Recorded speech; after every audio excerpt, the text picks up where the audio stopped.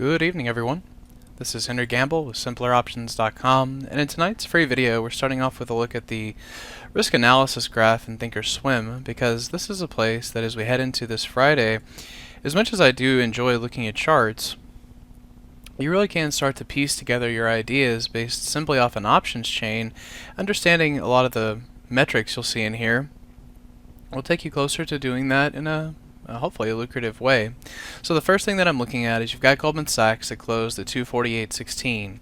Now I have a little bit of a bullish bias on the market because that is the trend that we're in, and I'm looking at the idea that Goldman Sachs can catch a bid from here and ultimately in the week somewhere close to 250. Now how close to 250 is close enough? Well, it depends entirely on the strategy that you're looking to deploy.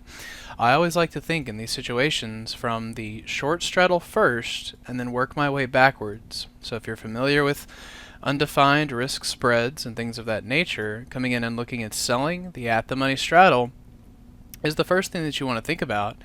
And when you can come in and get nearly a $5 credit for that, that's not bad risk heading into this Friday. When we look at our risk profile graph, you can see how that's a nice strategy. The biggest problem of it is the amount of buying power that it will require to even do a single lot of this. So while that may apply to bigger accounts, it can be tricky to put on from a more risk-defined perspective. Fortunately, that is very easy to change by simply coming back in to your options chain and then deciding how much protection you want to buy. Now, by default, I think a lot of people usually look to these to be $5 wide because that's a good place to generally find liquidity in those $5 wide strikes. You could go out into the 7.5, and I think that'd be a fine way to do it also.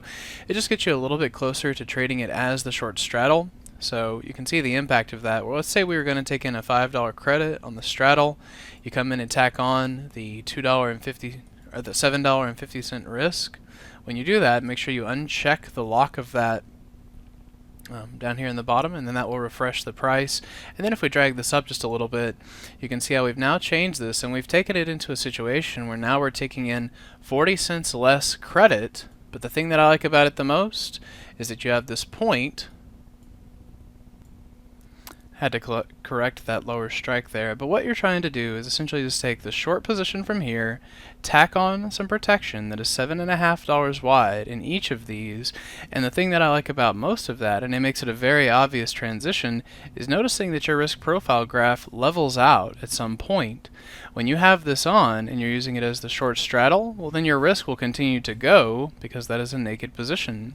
By coming in and tacking on this risk protection, it cuts the buying power by a good deal. It limits the risk in a big way also, and ultimately we only end up taking about 80 cents less on the credit.